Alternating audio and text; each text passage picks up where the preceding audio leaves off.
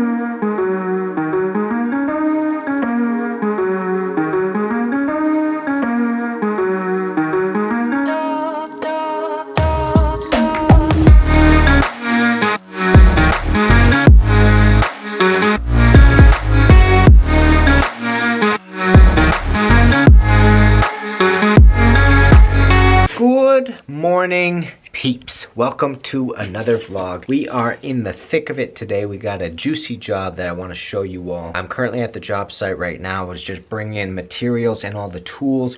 Just going to show you what we have here. We have a bunch of System 15. This is XFR. You can see the difference in color. XFR is a little bit darker than the System 15. We also have an ABS pipe. We're going to be typically working with System 15 today. If we need a little bit extra, we might put in the XFR as well. Here's what's going on.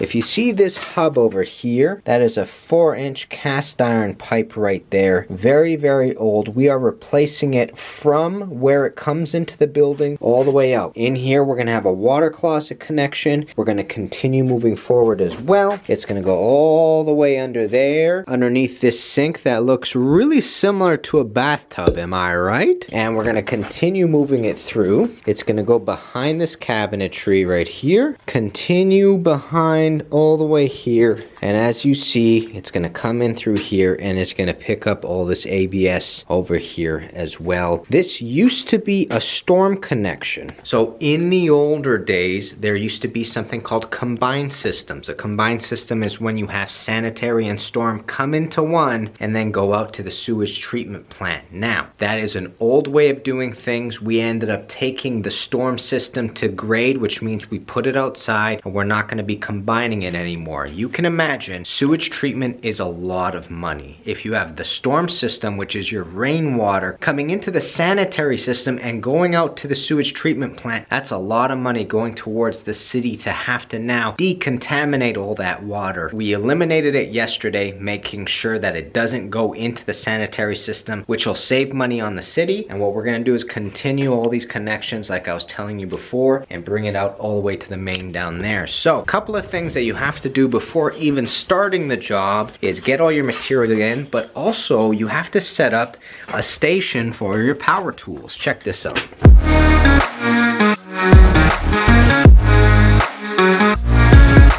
Hammer drill, regular drill, impact drill, the LED searchlight, Hackzall, skill saw, and you got your battery charger right there. I'm gonna have, I think, 4 batteries in rotation. I got one there, one being charged as we speak.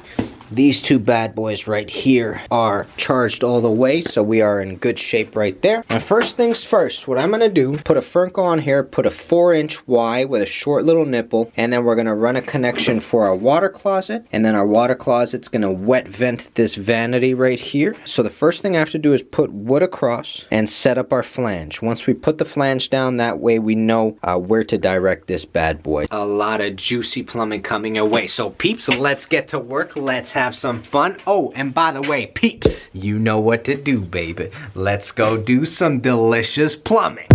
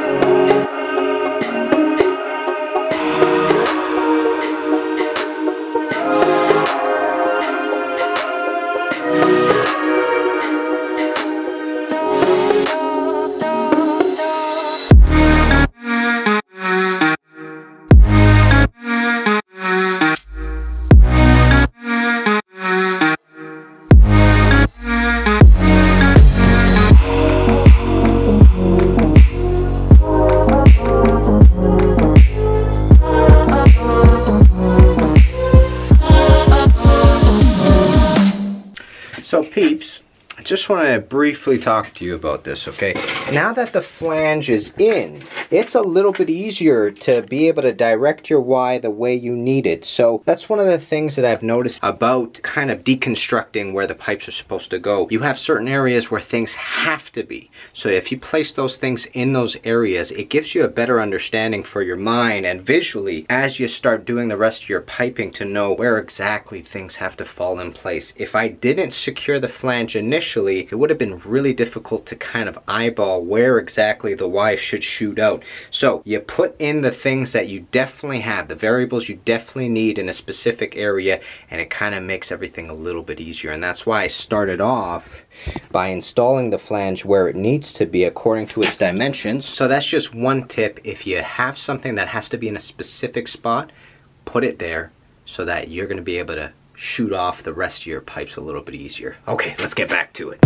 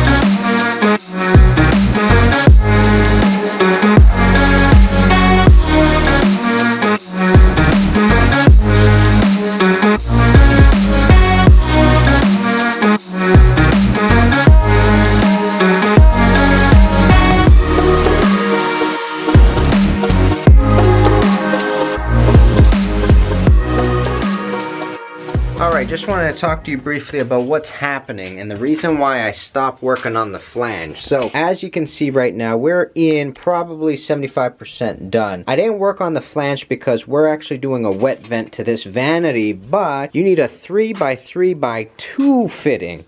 And we got, if I can find it for you, a 3x3x1.5 fitting, which is a big no-no. We're not allowed to install a wet vent with a 1.5 fitting. And then they gave us a 4x4x2 fitting. So I think they mixed up the 3x3x2 with 4x4x2. So that's why I stopped working on the water closet altogether, and then we just ended up running a bunch of pipe as much as we could. Dad's gonna pop out this plier to go get that fitting, and then we'll be able to continue on with that. But let me just show you where we're at right now, okay? We're gonna connect this already existing ABS pipe, but we're gonna clean this thing up. See, it was taking up a tremendous amount of space. There was a Y right in this area. So what I'm gonna do is I'm gonna 45 this bad boy parallel with the wall. We're gonna 90 down, 45 into the Y, and I'm gonna secure it with some hangers as well. But it's really coming along. I'm happy with the amount of time it's taking currently. So I'm gonna go grab a coffee. I do need a break. I'm just feeling a bit gassed right now. I'm gonna fuel up this gas tank and then let's get going.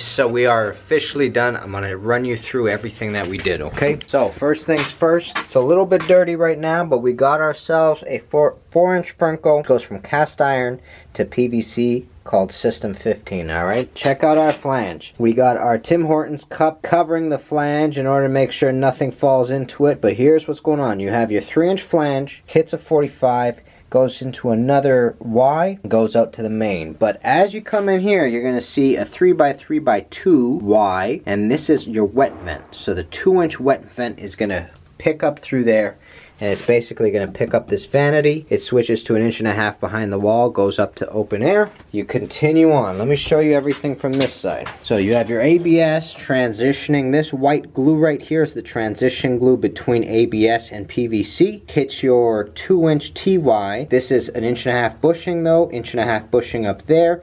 For a 2-inch wet vent, you need a 1.5 inch continuous vent, and that moves up and continues up to open air. That's where your 90 hits. This is all 2-inch, but once it comes to here, it's 1.5 inches, and it's 1.5 inches. This is actually 1.25 inches. 1.25 inch ABS is something you don't see a lot of, but we were able to transition between ABS and PVC, okay? See a piece of strapping in there? That strapping is crucial. Keep going. 3x3 by 1.5 inch Y as well. Connects these two vanities that were already here, and again, this is a vanity that kind of looks like a bathtub, am I right? You got a laundry tub right there. As you continue on, we have our first riser clamp that we are strapping to the wall, or we drill 2 shots, put it to the wall. We do this so that it doesn't move back and forth in this direction. It's a sturdy pipe. And then we also added a teardrop hanger, which goes all the way up there as I showed you. This is just to carry the load to make sure that the pipe doesn't want to fall down. These two are a little bit overkill when they're really close to each other, but we have more strapping this way as well. You have another Y, 1.5 inches, picking up a vanity from upstairs, transitions from ABS. Keep moving. As we keep going forward, you have another piece of strapping in there. Zoom in a little bit. Piece of strapping in there. And as you continue on, you got an additional piece of strapping in here. I'll be able to show it to you better this way. There's that piece of strapping. As you move along though, we got another riser clamp to keep that lateral movement from happening, nice and sturdy. And then we have another one that's load bearing from up and down basically. Hits a 4-inch Y. 4x4 by 3-inch Y. This here is a clean out basically because it changes direction. If you wanted to ever snake this portion, you come over here, you open up this cap, you throw your snake in, you can go all the way out to the main outside. This is the existing stuff that was already here that we transition in. So transitions to ABS. ABS comes across. They wanted a future connection for something. They asked for 1.5 inch pipe. That's what we put in here. We have a teardrop hanger holding it here. We also put a piece of strapping there, making everything nice and sturdy. And remember, this pipe was actually shooting off this way, so we ended up saving them a tremendous amount of space in there. Made it nice and neat. All right, the last phase is I'm about to clean up, get this all done, and we're calling it a day. So peeps, thanks for watching. Like, subscribe, comment below, and I'll see you plumbers very soon. Kenny Molotov, guys. Peace, baby.